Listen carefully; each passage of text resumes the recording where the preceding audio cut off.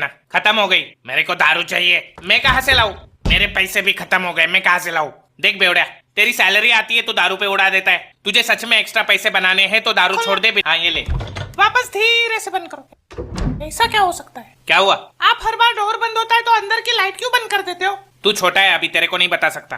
नहीं मुझे देखना है। तेरी उम्र नहीं है रे ये सब देखने की। मुझे देखना है, मुझे देखना है, मुझे देखना है। ठीक है, माँ को मत बताना। ये ले।